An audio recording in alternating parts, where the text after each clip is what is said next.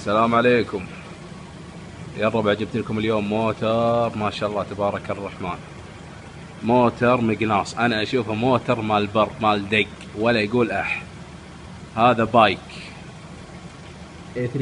نعم بايك A3. هذا الجيب اسمه بايك A3، اعتماد الجيش الصيني عليه. طبعا نزل عند المطوع والقاضي، موديل 2016. ماكينة 2400.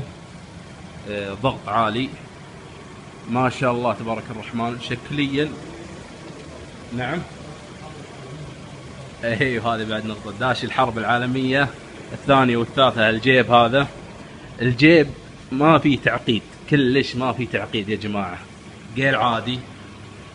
شوفت عينكم، كلش ما في اي تعقيد. برويكم الماكينة بعد شوي.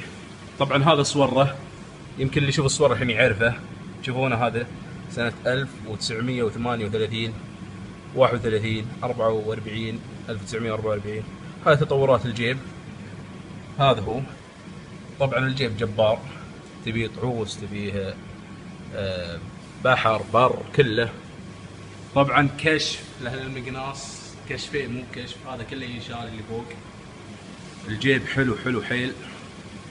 واللي احلى من هذا كله كفاءته 11 سنة او 500,000 كيلومتر شاملة يا جماعة. ركزوا، شاملة ماكينة وغير وكهرباء، يعني اي شيء يصير اجي الوكالة واقطع عليهم، هم يبدلونه.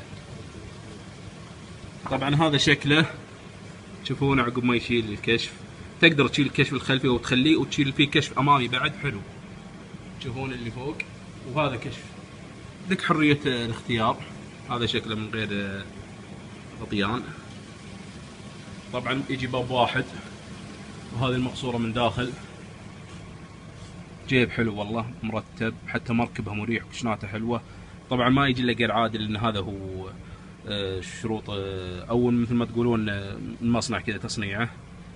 ما في تعقيدات كلش، ما في كهرباء زايده، ما فيه كمبيوتر وخرابيط هذه، يعني شغل كده ما يقول اح. تشوفون جيب حلو والله، مرتب، اللي يدور له موتر.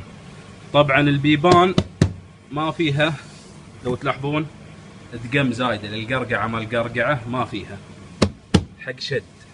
طبعا تفتح الدرايش من هني، تشوفون هذه الدرايش.